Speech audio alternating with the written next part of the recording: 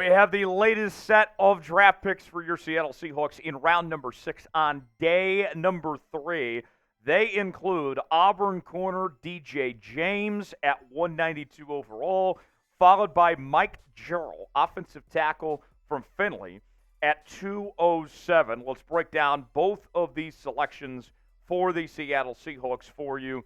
Let's start with DJ James, the second corner from the Auburn University Tigers in this draft for the Seattle Seahawks. What's the meme of the guy that says, hey, you got any more of those? In this case, I guess it would be, you got any more of those corners, Auburn? Because the Seahawks are certainly loading up with that. And what's funny is we talked about going into this draft about the Seahawks' potential interest in Michigan Wolverine players, with Mike Macdonald being the former DC there at Michigan, and also Washington Husky players, with having Ryan Grubb and Scott Huff on the Seahawks staff from the University of Washington. Who knew that the pipeline was going to be Auburn University this year? But here we are, nonetheless, as DJ James checks in the 6th round. Solid player, a senior this past season out of Mobile, Alabama, and comes in at 5'11", 175, so a little small weight-wise there. Tom Dowdy has him as the number 16 corner in this draft and the number 119 player overall. So good value for him to still be hanging around there at 192. He was a second-team All-SEC selection in 2022. Began his career actually in the Pacific Northwest with the Oregon Ducks, was there from 2019 to 2021, and then finished his career, his final 2 seasons, from 2022 to 2023. So it was kind of the unofficial trade, if you will, between Bo Nix and DJ James, as they swapped schools pretty similar to around the same time. The stats for DJ James include 38 tackles, 2 interceptions, 12 pass breakups, and an excellent coverage grade from Pro Football Focus of an 88.9. Some more notes here on DJ James to get to. 3-year starter, an average tackler, quality athlete with some good movements. And he's done everything when it comes to playing the corner position. Did all kinds of zone, man, press, a little bit of everything.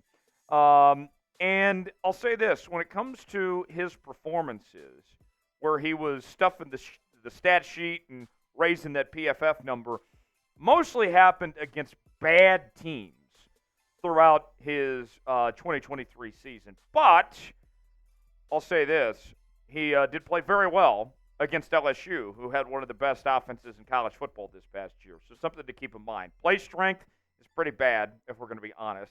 At one point, he was listed at 164. Combine was 175, as we mentioned. So he needs to put on a little bit of weight. Agility was bad, if we're going to be honest. So 4.41 shuttle, 7.28 three-cone. Average athlete for his size, basically. Speed is there, though. Ran a 4.4140 with a broad jump of 1,006. So here's another point, too. We talk about being dependable, being reliable.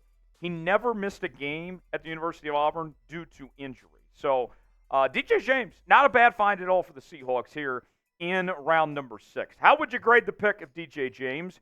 A, B, C, D, or F? Way in the comment section. Let us know what you think. We'll tell you more about DJ James in a moment, but I want to hear from you guys first. Give me your grade in the comment section below. There's more from the Athletics' Dane Brugler on DJ James. James won't be a fit for every scheme because he was undersized build, but his quick feet will help him maintain phase in coverage. If he can handle big slots and improve his consistency as a tackler, he will compete for a starting nickel role in the NFL. So how about that? Especially with the talk about Devin Witherspoon potentially moving from the nickelback spot to the outside corner role. There could be an opportunity for DJ James there in a nickel role for the Seahawks at some point. So we'll monitor that and see if that ultimately works out for him or not. We have been covering the draft all weekend long here on Seahawks Today. Been a lot of fun. We've already done 2 live shows. We've broke down every single pick throughout the weekend. And I'll tell you this much, we're not slowing down yet either. We have our grades coming up later tonight here on the channel. Tomorrow we're talking UDFAs, plenty more ahead here on Seahawks Today. You ain't alive, you ain't subscribed to the channel for the best NFL draft coverage around. No one is giving you the comprehensive coverage on your Seattle Seahawks like we are here on Seahawks Today. Subscribe now for free, youtube.com/Seahawks TV, and never miss a moment. Now, let's tell you about Mike Jerrell, the offensive tackle from Findlay, who the Seahawks selected at 207. If you don't know much about Mike Jerrell, if you've never heard of Findlay University, that's okay. That's where we come in. Findlay University, a D2 school in the state of Ohio. Mike Jerrell got the size, 6'4", 309, a little bit older, 25 years old as a senior. And he was the GMAC Conference Offensive Lineman of the Year in 2023. And for the D2 CCA region, he was named a first-team all-regional player there at Findlay University this past season. He appeared and started in 11 games in 2023. And he ended his career, folks, with 40 consecutive starts, appearing in 48 games. So this is a guy that's got a ton of experience, that's been consistently reliable as a football player and also on the injury front. So obviously he's very tough. And those numbers that we mentioned of the starts and games played, that's the second most by an offensive lineman in the history of Findlay University. He blocked for an offense that scored 28.2 points per game and picked up 177 rushing yards per game. The O-line allowed just 17 sacks on the year, which was the third fewest in the GMAC conference. So you'll look at Mike Jerrell, just with what we know based on that, you can safely assume that he did a pretty good job when it came to being a pass blocker and a run blocker. We'll see what the Seahawks have in mind. We've talked a lot about that offensive tackle position, how it's locked down the starters, right, with Charles Cross and Abraham Lucas.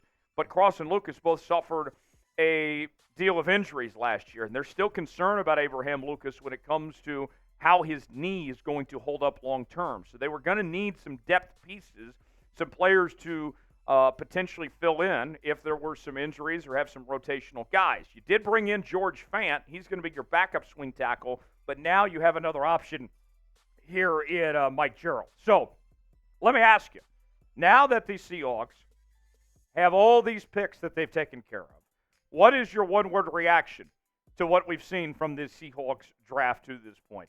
My one word, I am pleased. I am satisfied with what we've seen this team do. A much different mentality than the Pete Carroll era in Seattle, which focused a lot on getting the best player available. What we saw from John Schneider and what we've seen from Mike Macdonald in this draft is focus on the needs, but still looking to go get those best players available.